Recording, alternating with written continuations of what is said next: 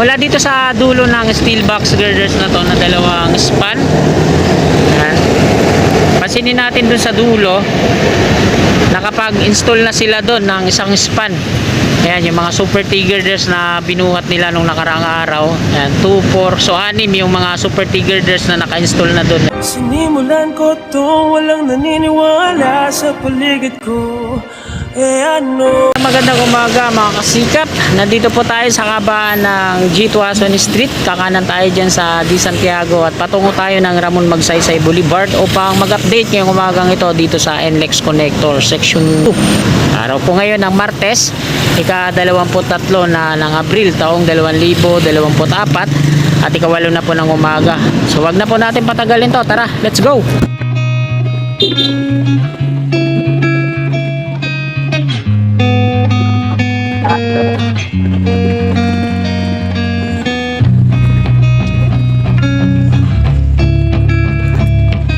Yan, kabangan po ito ng Di Santiago Street.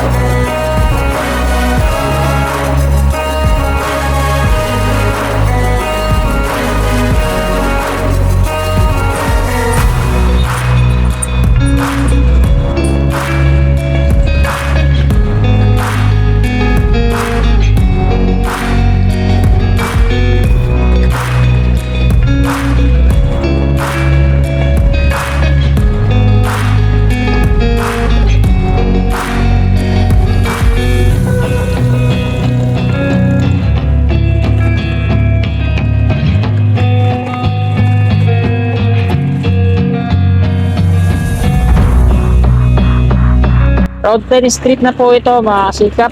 Kakanan na po tayo dito.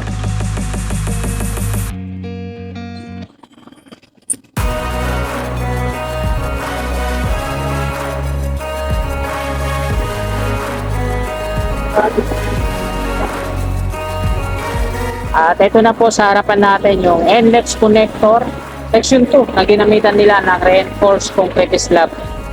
Ramon Magsaysay entry po ito dito at ang on-ramp ay doon sa may likurang bahagi po ng Iglesia ni Cristo. Buenos Aires Street na po tayo.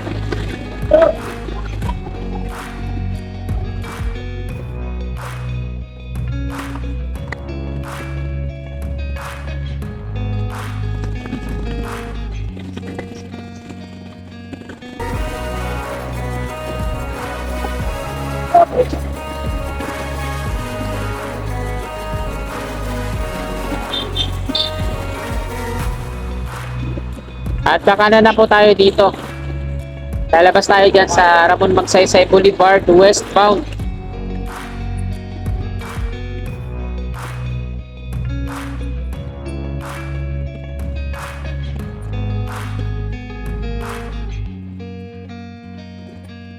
At kakanan na tayo dito. Nasa Ramon Magsaysay Boulevard westbound na po tayo. At mula dito sa dulo, ito yung bakod patungo doon sa Ramon Magsaysay Street. Ito naman sa Center Island. Ito na po yung update. At may mga metal fence na mula dito naman sa unang pile cap patungo dito sa ilalim. Sa may Inyo Santa Fe Center change.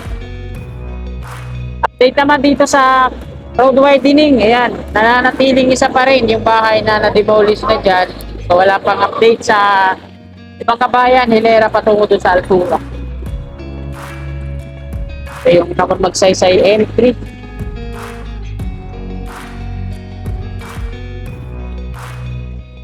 Rail track ng PNR. So mayroon na rin silang outpost dyan, tapos portalet. Dito sa kaliwa natin, mayroon ng mga metal fence dyan sa magiging pedestrian. At yung mga wall, patungo dito sa unahan. Ayan yung itsura ng mga metal fence. So, diretso po tayo dito sa Oresa Street at mag-u-turn po tayo dyan. Babalik tayo dito sa eastbound. Grabe lalo.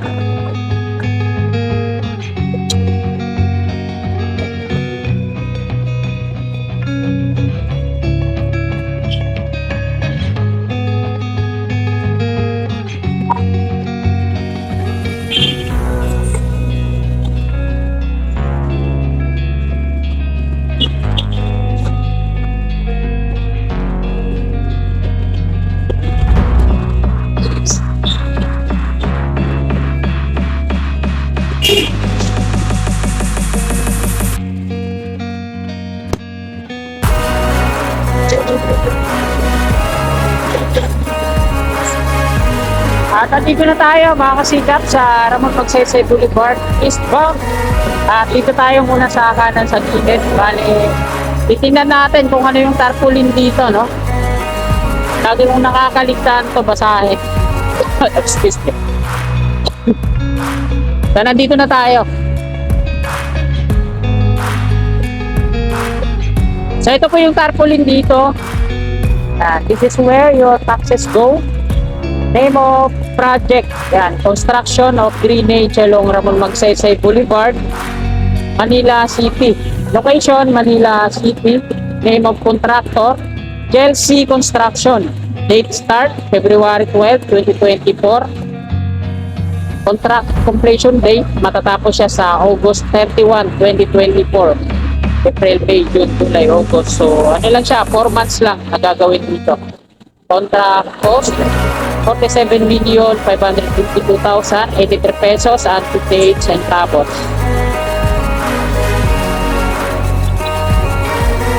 Documenting Office, DPWH. Ayan. Nabasa na po natin. 4 months lang pala nilang gagawin to dito, yung mga drainage. Pero makikita natin sa pavement niya dito, ano? Ayan o, pinagbubutas-butas na yan dito ng hammer, jackhammer, ayan o. Kabilaan po yan. Itong eastbound, buong kalsada, pinagbutas-butas na. So, hindi pa siya na, ano, alternate naman nilang gagawin to bago nila bungkalin. So, hindi nila pwedeng, ano ito, biglayin. Kasi, ginagamit pa rin itong kalsadang to. Maging dito, ayan o, pinagbutas-butas na ng ano. Ganito mangyayari niyan, ito. Drainage, tapos yung pavement. So dito, binubungkal na nila yung part na to. At yung mga, barado nga no? Mga round culvert na yan, siguro papalitan, gagawing box culvert. Pero kaya nila kaya yun, ng 4 months lang.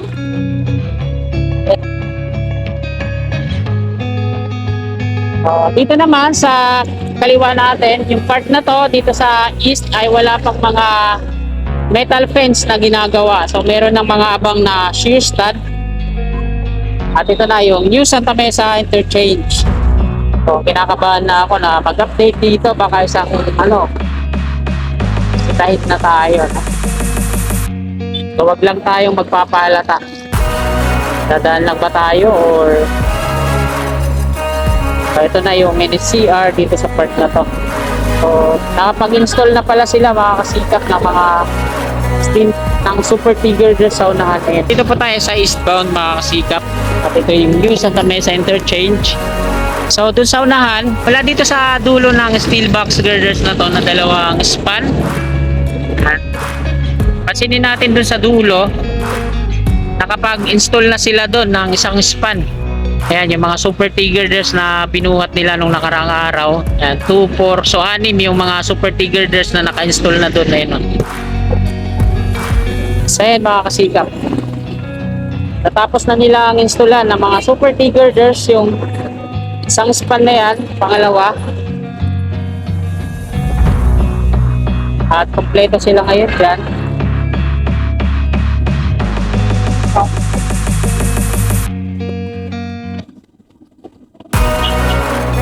So, bawal tayong manatili dyan at baka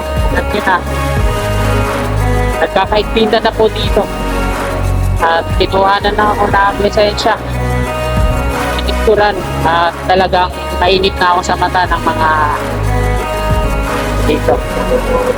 Kaya hindi na tayo magpapalata o hinto naman lang. Kasi baka mga kasigap, pansinin nyo naman kung gaano na tayo kailap na mag-stay sa isang lugar dyan sa mismong site para kumuha ng video kasi na-warningan na po ako, no? Kuha ko lang ng mga video, talagang mabilisan lang. So, ayan, dito na po nagtatapos tong video na to, mga kasigap. Maraming salamat. You're my angel, angel, baby.